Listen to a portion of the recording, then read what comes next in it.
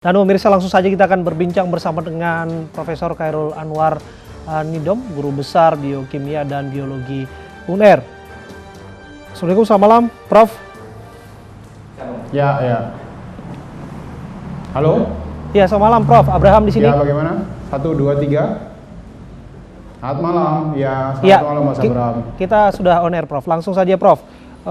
Menurut Anda dengan kasus kematian pertama pasien corona di Indonesia ini akan seperti apa penanganan virus ini agar tidak mewabah semakin besar?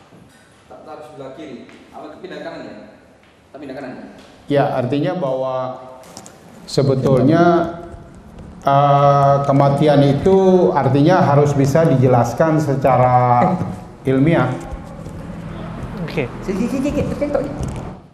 Bagaimana penanganan yang tepat untuk menjelaskan ini, Prof? Jadi begini, itu kan ada virusnya, Mas.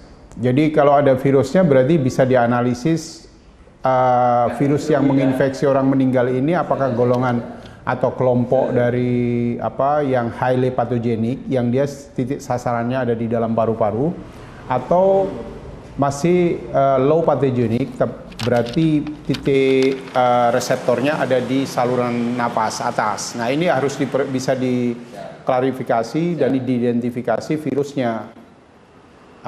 Yang lain bahwa hostnya mungkin saja ada komplikasi-komplikasi yang lain.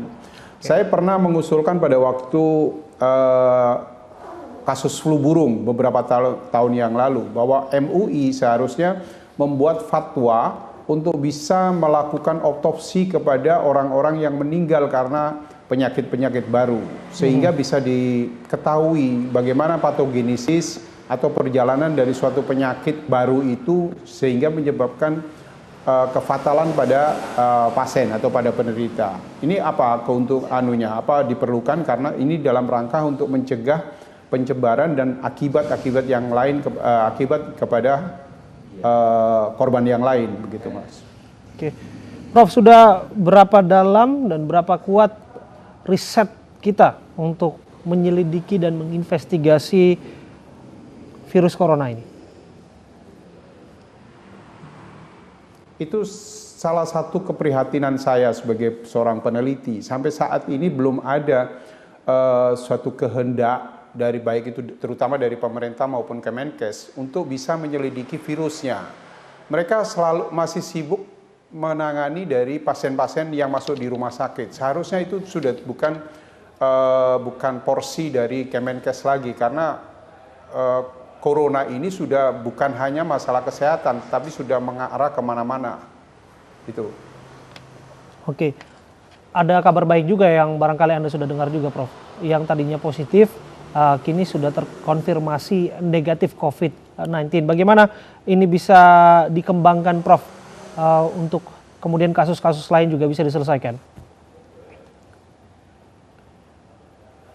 Jadi begini, sebetulnya secara mendasar bahwa virus ini ada dua golongan atau yang seperti yang saya sebutkan tadi, yaitu low pathogenic dan highly pathogenic. Yang low pathogenic itu reseptornya berada di saluran napas atas. Nah, itu kira-kira 98% dari golongan virus ini masuk golongan itu, sehingga secara otomatis orang yang terinfeksi dengan low pathogenic itu adalah bisa sembuh sendiri, karena setelah dia memperbanyak di saluran pernapasan atas, kemudian dia diterangsang untuk batuk atau bersin, maka virus itu keluar ke lingkungan.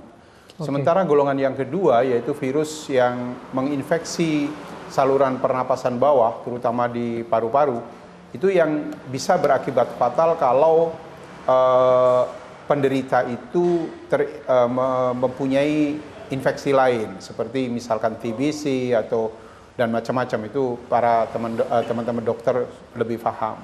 Nah, yang lain adalah virus ini juga mempunyai karakter yang cepat penyebarannya. Jadi artinya bahwa dari aspek patogenesis, virus ini bisa menyebabkan kesembuhan sendiri asal orang itu badannya fit. Oleh karena itu biasanya saya sarankan untuk mengkonsumsi rempah-rempah atau empon-empon itu, karena itu dapat menangkal, dapat mengurangi akibat dari virus ini.